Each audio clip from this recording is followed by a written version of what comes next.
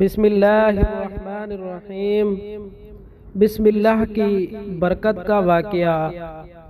کہا جاتا ہے کہ کسی علاقے میں قحط سالی پیدا ہو گئی۔ اس قحط سالی کی لپیٹ میں نہ صرف انسان بلکہ چرند و پرند سب اس کا شکار ہو گئے۔ مویشی مالکان بے حد پریشان تھے۔ اس دوران ایک مسجد کے مولوی نے جمعہ کے خطبے میں نہایت یقین کے ساتھ یہ بات بتائی کہ اللہ کا نام لے کر یعنی بسم اللہ پڑھ کر دریا کو حکم دیا جائے تو وہ بھی نافرمانی نہیں کرتا۔ خطبہ سننے والوں میں ایک چرواہا بھی موجود تھا۔ مولوی کی یہ بات اس کے دل میں اتر گئی اور اس بات پر اس کا یقین کامل ہو گیا۔ اس نے واپس آ کر اپنی بکریاں کھولیں اور سیدھا دریا پر چلا گیا۔ اونچی آواز سے بسم اللہ الرحمن الرحیم پڑھا اور دریا کو کہا وہ اپنی بکریاں چروانے کے لیے دوسرے پار جانا چاہتا ہے، اور اسے کہا کہ مجھے اپنے اوپر سے گزرنے دے۔ یہ کہہ کر اس نے اپنی بکریوں کو لیا اور دریا پر چلتا ہوا دریا پار کر گیا۔ دریا کے دوسری طرف کا علاقہ گھاس سے بھرا پڑا تھا۔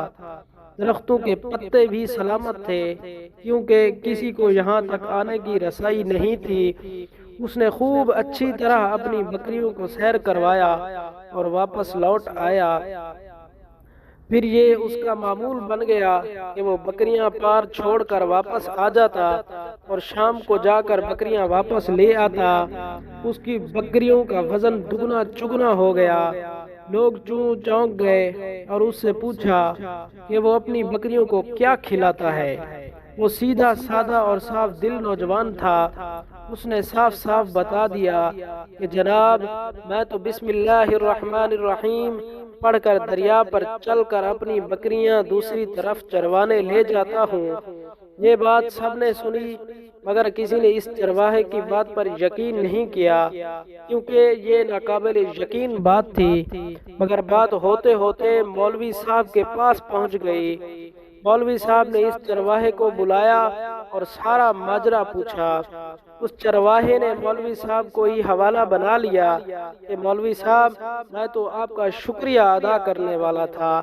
آپ نے جمعہ کے خطبے میں جو نسخہ بتایا تھا کہ بسم اللہ کہہ کر دریا کو بھی حکم دو تو وہ بھی انکار نہیں کرتا، تو میں تو بس آپ کے نسخے پر ہی عمل کر رہا ہوں۔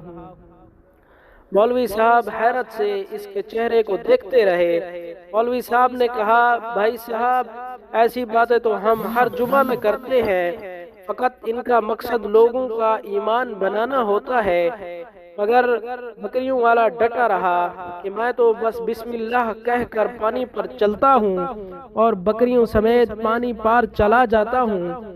آخر کار مولوی صاحب نے صبح خود یہ تجربہ کرنے کی ٹھانی، جسے دیکھنے چرواہے سمیت پورا علاقہ بھی آ گیا۔ مجمع زیادہ تھا۔ مولوی صاحب نے ایک دو بار سوچا کہ انکار کر دوں کہ کہیں ڈوب نہ جاؤں، مگر وہ جو مولوی صاحب کو کندھے پر اٹھا کر لائے تھے اب بھی جوش و خروش سے اللہ اکبر کے نعرے لگا رہے تھے اور مولوی صاحب کے حق میں تعریفیں کر رہے تھے۔ آخر کار مولوی صاحب نے اپنے ڈر کو دور کرنے کے لیے ایک رسہ منگوایا۔ پہلے اسے ایک درخت کے ساتھ باندھا، پھر اپنی کمر کے ساتھ باندھا، پھر ڈرتے ڈرتے ڈھیلا ڈھالا بسم اللہ الرحمن الرحیم پڑھا اور دریا پر چلنا شروع ہو گیا۔ مگر پہلا پاؤں ہی رکھا تھا کہ پانی میں گر گئے۔ مولوی صاحب ڈبکیاں کھانے لگے اور پانی کے بہاؤ میں بہنا شروع ہو گئے۔ لوگوں نے کھینچ کھینچ کر باہر نکالا۔ مولوی صاحب کی اس حرکت نے چرواہے کو پریشان کر دیا کہ مولوی صاحب کی بسم اللہ کو یہ کیا ہو گیا ہے، کیونکہ اس کا یہ روز کا معمول تھا۔ اس کے اپنے یقین میں کوئی فرق نہیں آیا۔ اس نے بسم اللہ کہہ کر بکریوں کو پانی کی طرف اشارہ کیا اور خود ان کے پیچھے چلتا ہوا پار چھوڑ کر واپس بھی آ گیا۔ لوگ اسے ولی اللہ سمجھ رہے تھے اور اس کے حق میں نعرے لگا رہے تھے۔ مگر وہ سب سے بے نیاز سیدھا سادہ انسان تھا۔ وہ مولوی صاحب کے پاس پہنچا اور کہا، مولوی صاحب، میں آپ کی بسم اللہ کی تعریف سے کافی پریشان تھا، مگر پانی پر چلتے ہوئے مجھے آپ کی بسم اللہ کی بیماری کا پتہ چل گیا۔ اس چرواہے نے درخت سے بندھی رسی کی طرف اشارہ کیا اور کہا، مولوی صاحب، یہ ہے آپ کی بسم اللہ کی بیماری۔ آپ کی بسم اللہ کی برکت کو یہ رسہ کھا گیا۔ آپ کو اللہ اور بسم اللہ سے زیادہ رسے پر بھروسہ تھا، لہذا اللہ نے بھی آپ کو رسی کے حوالے کر دیا۔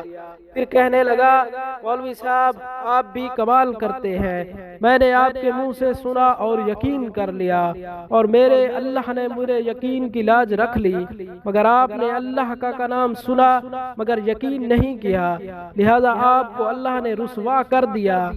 محترم عزیزو دوستو، یہی کچھ ہمارا حال ہے۔ ہماری نمازوں اور دعاؤں کا حال بھی یقین سے خالی ہے، اس لیے ہماری کوئی بھی دعا یا نماز دعا قبول نہیں ہوتی۔